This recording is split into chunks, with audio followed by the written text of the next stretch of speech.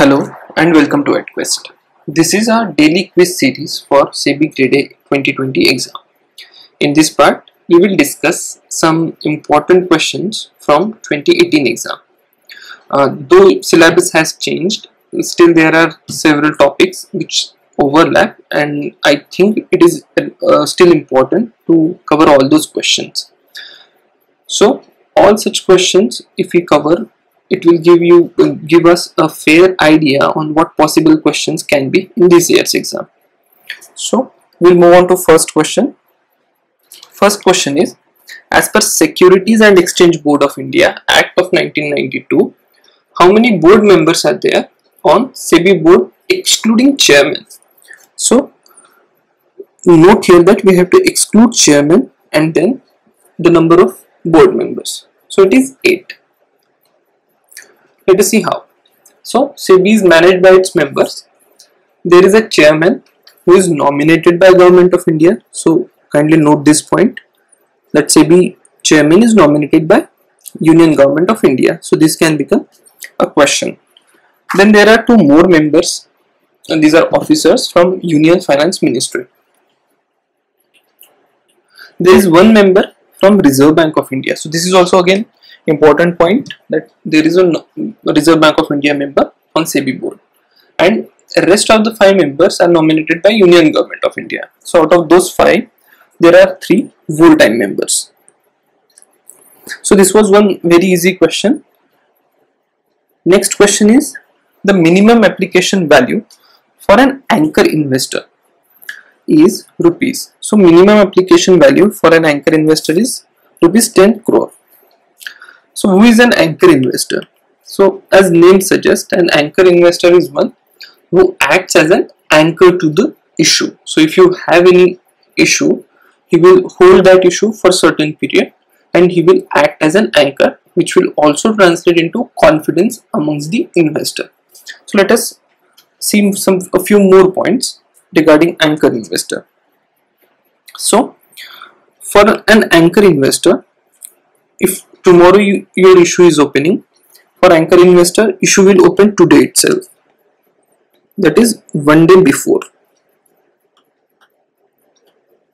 So he will get his allotment 1 day before the opening for public. Another important point which is here, that he has to make a minimum application for rupees 10 crore.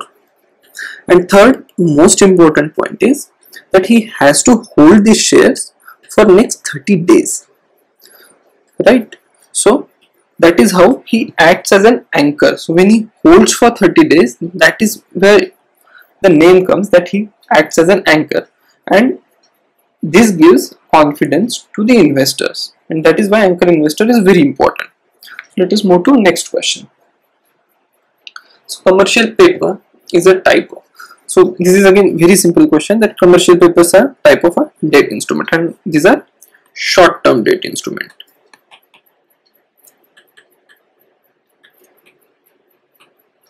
Okay, so next question. So next question is, foreign currency convertible bond is a type of, again this is a simple question if you really understand concept very well. So there have been like many responses. If you can see here, people have marked it as derivative. I don't know why people marked it as derivative, but if you have marked it as debt instrument, still it is like considerable. If you have marked it as equity instrument, still you are partially right, but in totality it is an hybrid instrument. Sorry, I made spelling mistake. It is an hybrid instrument.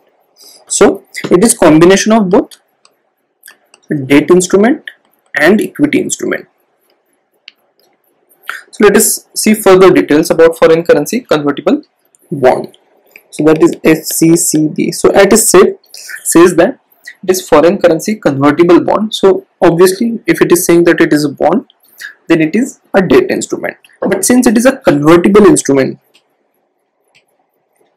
that makes it as an equity instrument. So what is the nature of such instrument is, see, if it is issued today and its maturity is for like 10 years, on the day of maturity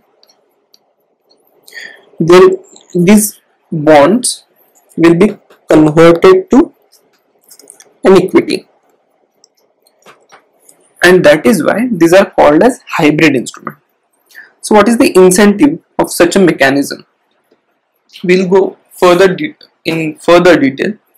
So imagine that I have issued bonds, and each bond is worth 20 rupees.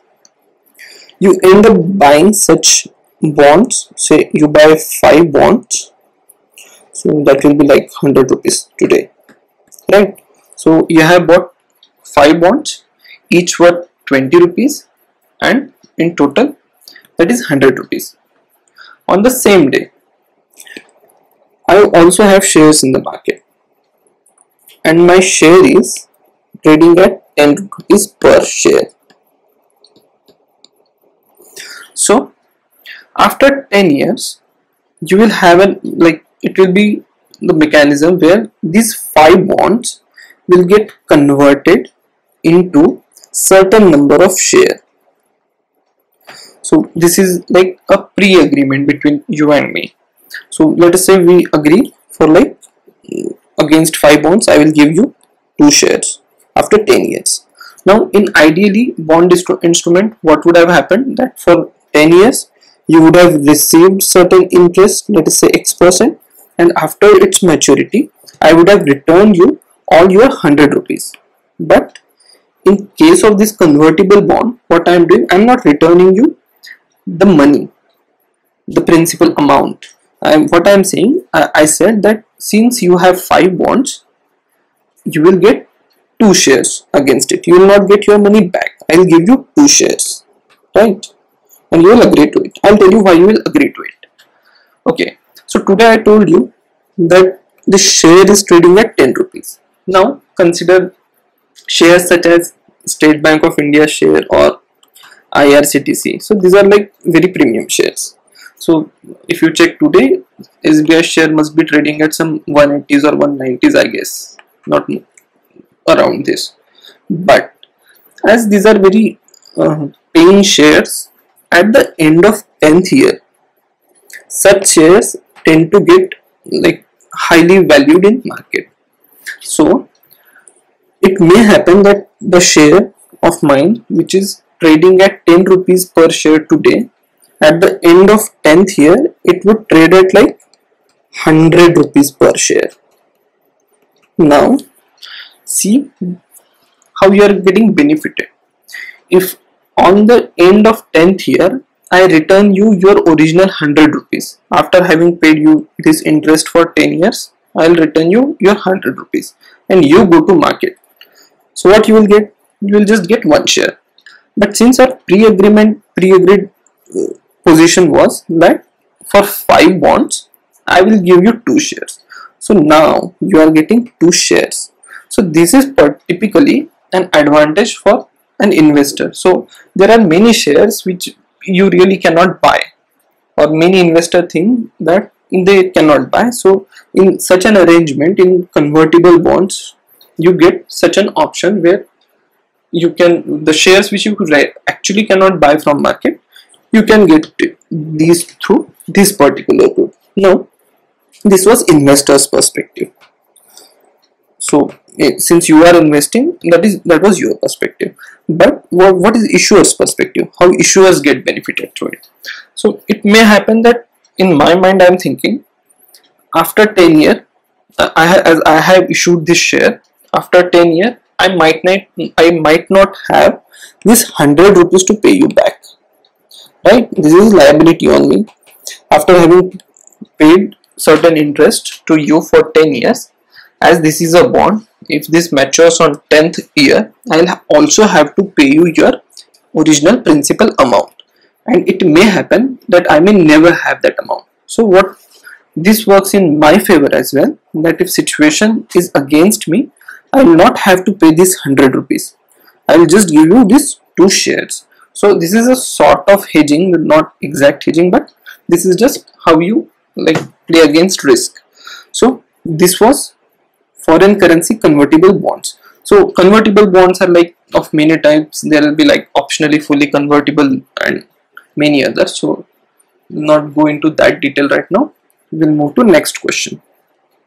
Okay, next question is, if a recognized stock exchange refuses to list a security, an appeal can be made to.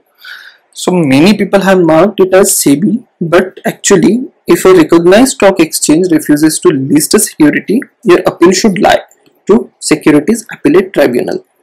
So this is as per the section 22 of Securities Contract Regulation Act of 1956. So this is like very important. Just remember these two facts actually. In case of this dispute, it is section 22, as per section 22A, that you will have to go to SAT. So section 15K, Securities and Exchange Board of India Act of 1992 provides for establishment of Securities Appellate Tribunal. So this is SAT, and this is as per section 15K of that act. So remember these typical facts, so it will give you a fair idea of what to prepare and how questions can come. So I think I have answered all these questions. So thank you.